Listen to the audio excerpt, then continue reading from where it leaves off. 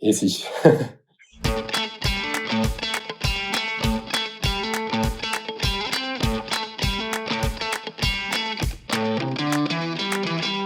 Bonjour, je suis Julien Fabre, j'ai 27 ans, je suis le président fondateur de Fab1 qui développe le produit CapTrek, qu'on voit juste ici, qui est un produit qui vise à sécuriser le pratiquant en outdoor, lui apporter de la connectivité et enfin un partage en direct avec sa communauté, donc pendant une activité en sport d'extérieur. Je suis issu d'un cursus et ingénieur et commercial, donc à savoir que j'ai fait une école d'ingénieur à Besançon et dans la foulée une école de commerce pour viser en fait d'avoir une double vision, à la fois technique mais également à la fois business, pour pouvoir retranscrire différents sujets. Donc parler technique et le transcrire en business et réciproquement parler de business et le retranscrire en technique. Et donc toute cette formation, je l'ai réalisée en apprentissage. Fab1, c'est une start-up qui a été fondée en janvier 2018 et donc qui a été créée pour but de développer ce projet CapTrek avec en première phase, sur la première année de 2018, démontrer une faisabilité autour du produit, donc la réalisation d'un prototype fonctionnel à travers une étude de faisabilité et puis derrière, une étude de marché qui nous a permis de démontrer qu'il y avait un réel potentiel sur ce produit. Donc, depuis maintenant 2019 jusqu'à même 2020, on a entrepris la réalisation d'une levée de fonds qui s'est concrétisée cette année en 2021 et on vient actuellement de lever 700 000 euros qui vont nous permettre de terminer le développement du produit, assurer l'industrialisation et puis évidemment la commercialisation qui aura lieu en milieu d'année 2022.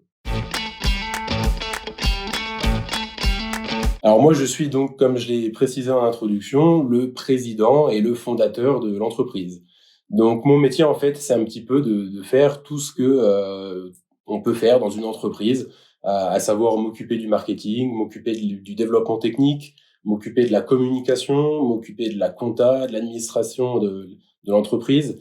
Donc en fait, le chef d'entreprise, même si ça reste qu'une start-up, doit avoir une vision 360 pour pouvoir s'orienter sur tous les différents sujets et prendre des décisions. Alors pour ça, évidemment, je me fais accompagner. J'ai eu la chance de pouvoir embarquer mon père dans cette aventure, qui lui m'accompagne sur la partie financière et administrative de la gestion de l'entreprise.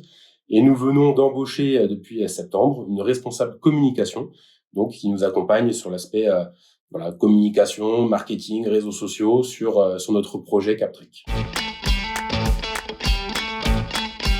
Ce que j'apprécie par-dessus tout dans cet univers de start-up, c'est que finalement, on voit et on traite de tous les sujets.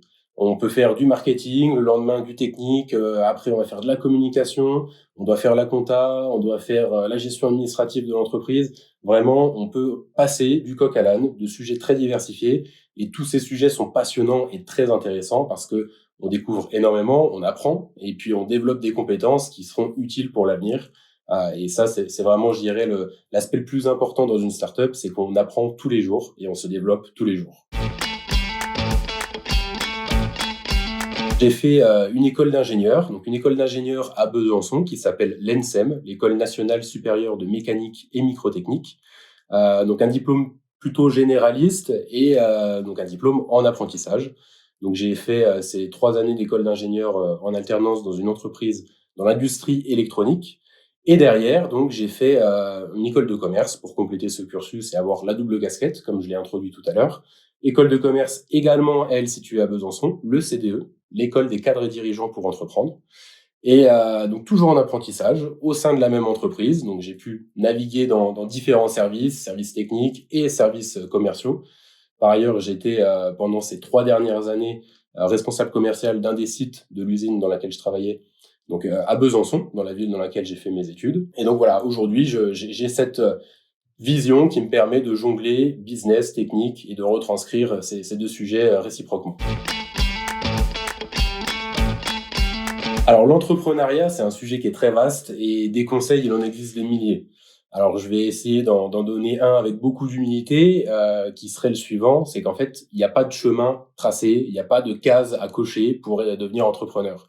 L'entrepreneur, il va avoir une idée, il va essayer de la transformer en opportunité d'affaires, il va prendre un chemin, une direction. Si c'est pas la bonne, il va rebrousser chemin, il va revenir en arrière et puis donc apprendre de ses erreurs en continu. Donc Le conseil là-dessus, c'est il faut pas avoir peur de se lancer parce que des erreurs, on en a tous fait, on va tous en faire demain et on en fait également aujourd'hui. Et c'est comme ça qu'on apprend, c'est comme ça qu'on trouve la bonne voie et le bon chemin à pratiquer pour assouvir son projet d'entrepreneuriat. Mon signe de l'horoscope, c'est le lion. Le lion, c'est le roi des animaux. Et effectivement, j'aime beaucoup avoir la maîtrise sur toutes les situations dans lesquelles je suis embrigadé, on va dire. Donc, le lion, c'est plutôt un animal qui me ressemble bien parce que je pense être quelqu'un, et on me le dit par ailleurs, de bienveillant, qui apporte mon aide. Et j'aime bien voilà, être posé, réfléchir sur les situations et intervenir, rentrer dans l'action en cas de besoin.